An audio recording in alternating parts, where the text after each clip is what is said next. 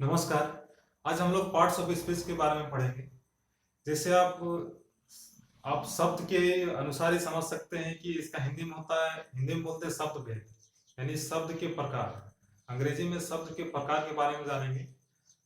अंग्रेजी में जितने भी शब्द हैं उनको वाक्य में उनके कार्य के अनुसार 8 भागों में बांटा गया है और प्रत्येक भागों को पार्ट्स ऑफ स्पीच कहा जाता है। इसका इंग्लिश में डिफिनेशन होता है, all the words in English are divided into 8 groups according to the work they do in a sentence. Each group is called parts of speech. ठीक है, तो प्रत्येक अंग्रेजी में जितने भी शब्द हैं उनको 8 भागों में बांटा गया और प्रत्येक भागों को क्या कहा गया? Parts of speech. ठीक है, तो और 8 भाग कौन कौन से हैं? नाउन है, प्रोनाउन है, वर्ब है, एडजेक्टिव है, एडवर्ब है, प्रीपोजिशन है, कंजंक्शन है और इंटरजेक्शन है। इसमें सबसे पहले जानते हैं नाउन के बारे में। तो नाउन का इंग्लिश में डिफिनेशन होता है, noun is the name of a person, place, animal, thing, feeling और आइडिया। संज्ञा किसी व्यक्ति, वस्तु, स्थान, जानवर, विचार या अनुभव आदि के नाम को संज्ञा कहते हैं। ठीक है, तो सबसे पहले देखते हैं कि क्या आता है इसमें। पर्सन यानी व्यक्ति का नाम, है ना। व्यक्ति का नाम यानी कोई व्यक्ति नहीं, दुनिया में जितने भी व्यक्ति हैं सभी के नामों को संज्ञा कहा जाएगा। पर्सन में जैसे मेल भी आएंगे, फीमेल भी आएंगे, है ना, लड़का लड़की दोनों आएंगे, बच्चा, बूढ़ा, यानी इसमें व्यक्ति में सभी आ जाएंगे। उन सभी के नाम को कहेंगे संज्ञा। जैसे एग्जांपल के तौर पर जैसे रामू है, बॉय है। ठीक है, रामू लड़का का नाम है ना, तो लड़का भी क्या हो गया? नाउन हो गया। उसी तरह अब आते हैं प्लेस, है ना, यानी जगह का नाम। जगह में हो सकता है कुछ भी, जगह में मुंबई, दिल्ली, पटना, जितने भी जगह के नाम है सभी आ जाएंगे, वो प्लेस में आएंगे, है ना, वो सब संज्ञा उनको कहा जाएगा।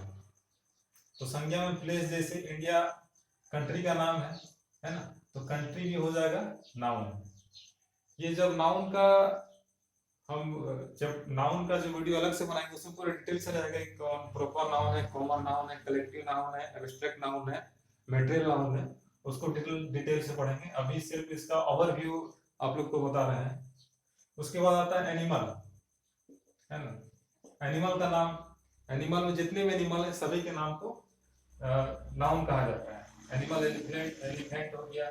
उसके वस्तु का नाम, जितने भी वस्तुएं हैं सभी वस्तुओं को के नाम को क्या कहते हैं? नाउन। जैसे बुक हो गया। और एक आसान भाषा में समझिए, जैसे कि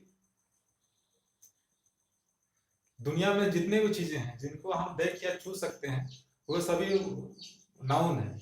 और कुछ ऐसे भी हैं जिनको हम देख या छू नहीं सकते, महसूस कर सकते हैं, वे भी नाउन है।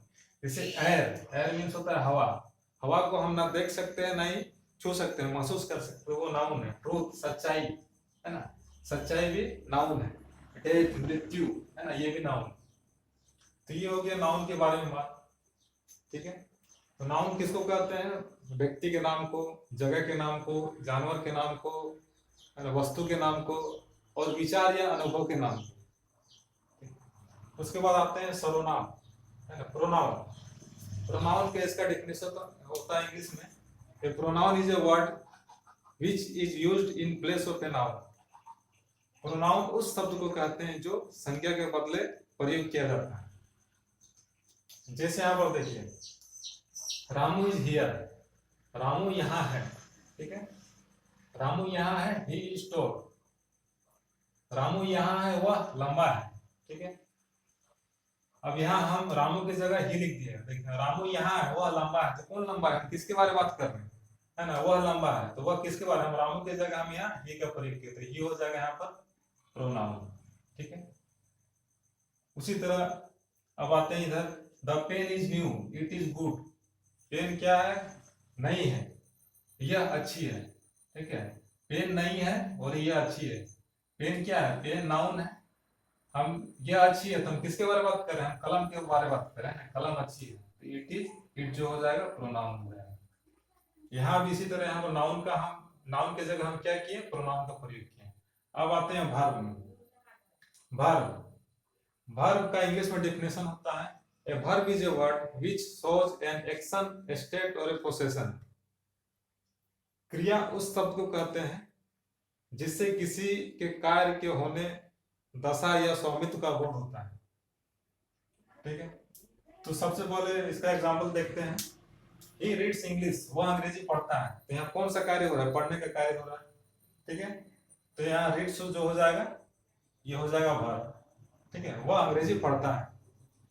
अब आगे आते हैं, ये हो गया एक्शन, इसमें एक्शन हो रहा है। ठीक है, इसमें मतलब काम हो रहा है। अब आते हैं इसमें, Rajiv is at school, Rajiv school में है या स्कूल पर है।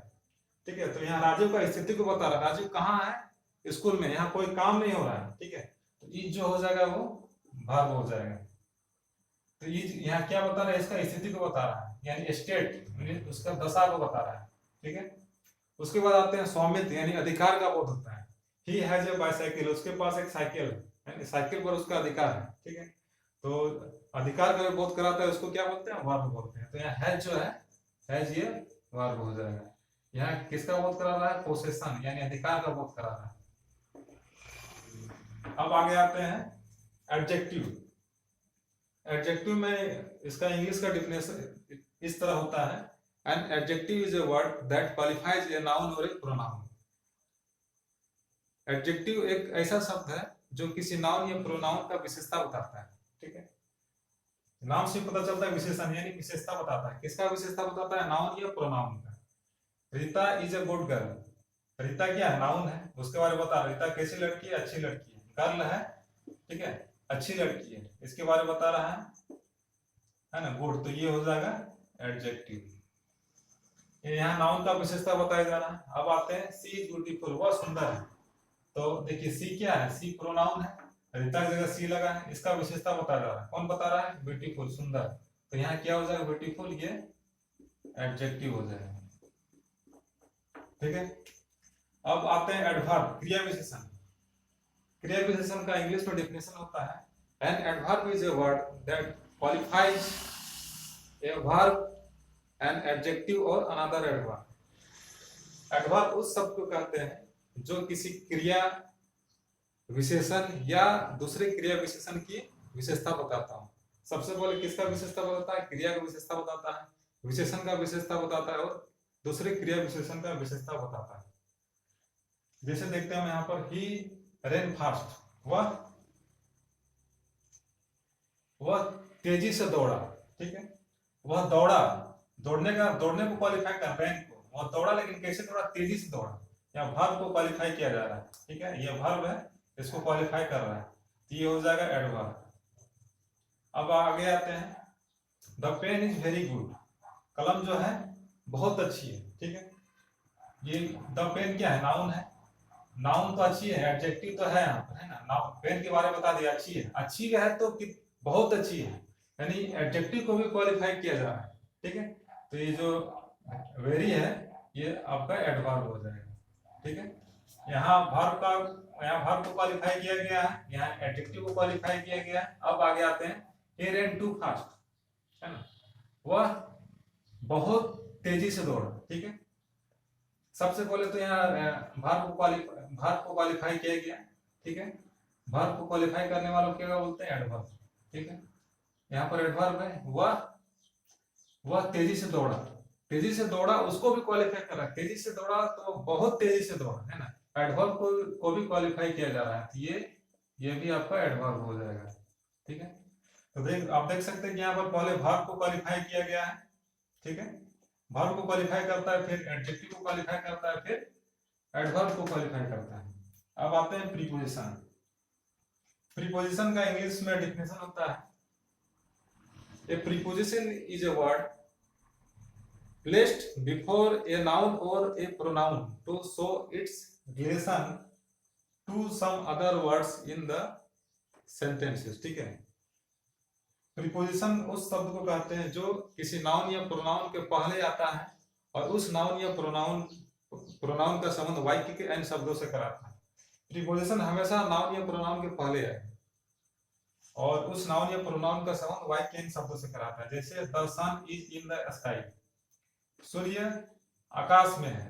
ठीक है, अब देखिए यहाँ पर इन जो है, में जो है सन, ठीक है, सन और स्काई में रिलेशन बनाने का काम कर रहा है। ठीक है, संबंध बनाने का काम कर रहा है।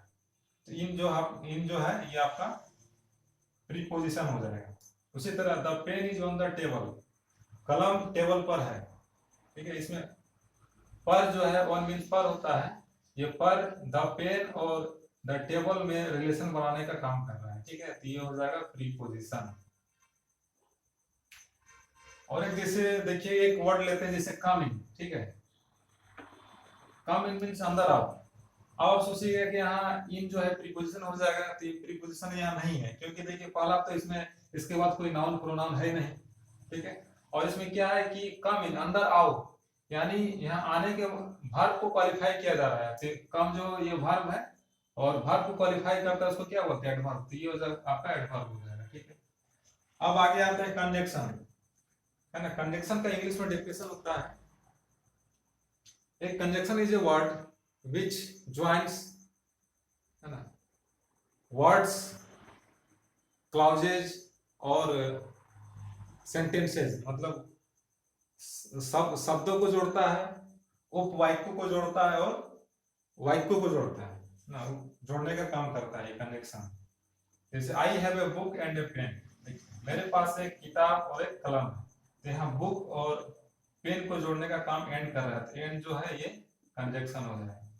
इसी तरह I like him because he likes me, यहाँ सीधा सीधे सेंटेंस को जोड़ रहा है, आई लाइक हिम, यहाँ एक सेंटेंस इधर एक सेंटेंस इधर है, I like him because he likes me, मैं उसे पसंद करता हूँ क्योंकि वो मुझे पसंद करती है, ठीक है। तो यहाँ बिकॉज जो है ये कंजंक्शन हो रहा है, ठीक है। अब आगे आते हैं इंटरजेक्शन। इंटरजेक्शन को इंग्लिश में ऐसा डेफिनेशन होता है इस तरह, and interjection is a word which express some sudden feeling, यानी अचानक जो भाव व्यक्त होता है, ठीक है। खुशी का भाव व्यक्त होता है, दुख का भाव व्यक्त होता है, अचानक कोई भाव व्यक्त होता है, उसको बोलते हैं इंटरजेक्शन। इंटरजेक्शन वर्ड उसको बोला जाता है। जैसे आज ही इज डेड, है ना, वह मर गया है, वो मर गई। और एक चीज इसको पहचानने का तरीका है कि एक्सक्लेमेशन मार्क है, इससे आप पहचान जाइएगा कि एक्सक्लेमेशन मार्क से जो पहले जो वर्ड आएगा वो आपका हो जाएगा इंटरजेक्शन। ये बहुत ही सरल है। उसके बाद है ना, देखिए हो रहे वी हैव वन, है ना, हम लोग जीत गए, खुशी का भाव व्यक्त हो रहा है, तो यहाँ पर देख सकते हैं ये भी आपका इंटरजेक्शन है।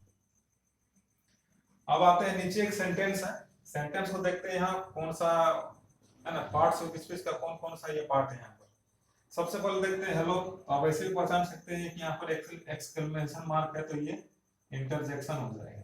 अब आते हैं कम मीन्स आना, है ना, आओ, वर्ब यहाँ आने का बात हो रहा है तो वर्ब हो जाएगा विथ, ठीक है।